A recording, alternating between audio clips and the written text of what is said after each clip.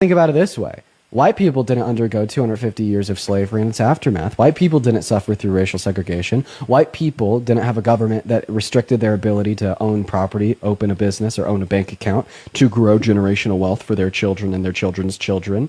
White people didn't have to go through these things. So if we were just to ignore the fact that black people in America had to go through all of these things that have now systemically disadvantaged them even today, and we were instead to say, ignore one's race and treat everybody the same, well then all of a sudden black people will continue to be disparaged.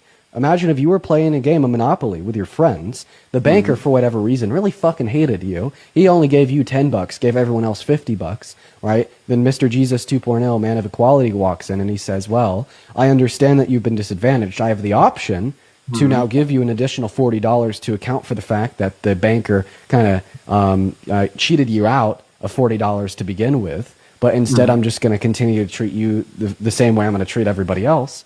Well, then all of a sudden, you're still experiencing a disadvantage today. And when we talk about programs or legislation to say target black Americans or target indigenous Americans, it aims to serve to fix the consequences of systemic forms of oppression in which have disadvantaged black Americans or indigenous Americans historically, which has perpetuated negative consequences that exist today for black Americans or indigenous Americans that don't exist for white Americans.